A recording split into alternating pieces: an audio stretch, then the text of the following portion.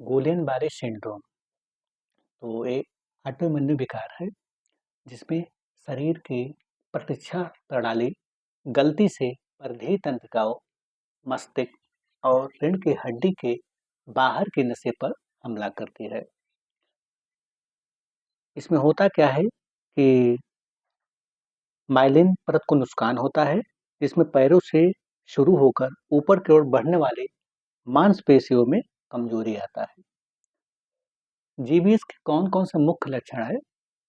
तो पहला है झुनझुनी और सुन्नता, दर्द का होना, मांसपेशियों में कमजोरी, चेहरे की समस्या, आंखों की समस्या, शारीरिक कार्यों में समस्या। तो जीबीएस में ये सब प्रमुख लक्षण है जो दिखाई पड़ते हैं।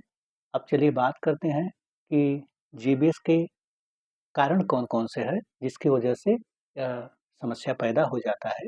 तो पहला है जीवाणु संक्रमण।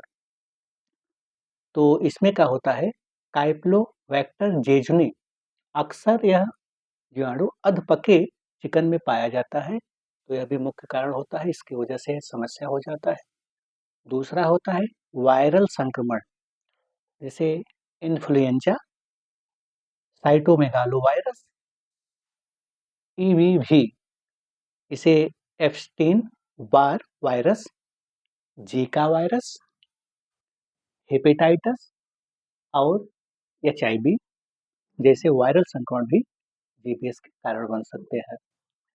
माइकोप्लाज्मा निमोनिया, तो इस निमोनिया में भी जीबीएस की समस्या हो जाता है। कोविड-19, तो इससे भी जीबीएस का संभावना हो सकता है और टीकाकरण में जैसे इन्फ्लुएंजा और अन्य टीकों के बाद भी जीबीएस विकसित हो सकता है।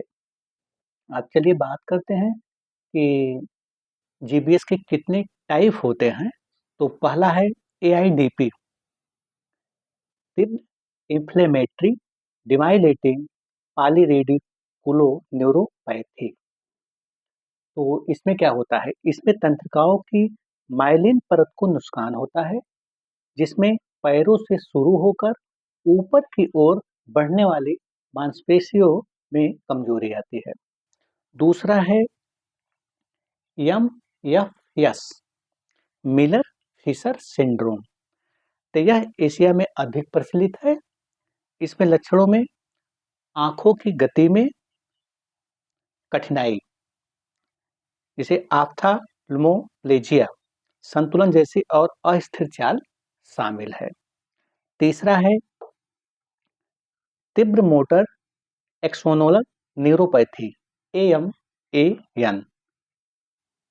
तो इसमें क्या है, यह एक प्रकार एक्सेंस तंत्रिकाओं के अक्षतंतु को प्रभावित करता है। इसमें तीव्र लकवा होता है। चौथा है एएमएसएएन, तो तीव्र मोटर सेंसरी एक्सोनल न्यूरोपैथी। तो यह एक दुर्लभ व गंभीर प्रकार है। यह मोटर मांसपेशी और संवेदी का मतलब झुनझुनी और सुन्नता दोनों तंत्रिकाओं को नुकसान पहुंचाती है, जिसमें गंभीर कमजोरी और संवेदी क्षति हो सकते हैं। अब बात करते हैं कि यदि ये लक्षण दिखाई दे रहा है तो इसमें तो पहली चीज तो देर करना ही नहीं चाहिए, तुरंत डॉक्टर से मिलिए, क्योंकि आप देर करेंगे तो यह समस्या और भी जटिल हो जाएगा। तब दवा का भी रोल उतना अच्छा प्रभाव नहीं कर सकता। तो अगर समय से इलाज चल जाएगा तो अक्सर केस में यह पूरी तरह से ठीक भी हो जाता है। तो इसमें एक बात का प्रमुख ध्यान दें कि ऐसी समस्याओं में आपको देर नहीं करना है और खुद से फालतू कोई दवा नहीं लेना है। और अब चलिए बात करते हैं कि यदि धीरे-धीरे यदि रिकवर होने लगे तो उसके बाद भी इसमें परहेज करना बेहद इम्पोर्टेंट है, क्योंकि आप परहेज नहीं करेंगे तो दवा का प्रभाव उतना अच्छा नहीं सिद्ध होता है। इसके लिए परहेज बेहद इम्पोर्टेंट है। तो परहेज में आपको चिकना, अधिक शुगर, अधिक नमक, शराब, तंबाकू, स्मोकिंग, तो इन सब चीज़ों से बिल्कुल परहेज़ करना है और इसके साथ-साथ अपने डाइट पर भी विशेष ध्यान दीजिए। तो आप फल का सेवन करिए, दाल का, 24 घंटे में कम से कम 1 आध बार नारियल पानी लीजिए, नींबू पानी, हरी सब्जियाँ, दलिया, ये सब बेहद ज़रूरी होता है। और इसके साथ ब्राउन राइस का भी आप सेवन कर सकते हैं और मछली जो मीट लेना पसंद करते हैं, तो मछली का भी सेवन कर सकते हैं। लेकिन बहुत ज़्यादा मसालेदार और तीखा ना हो, नॉर्मल हो।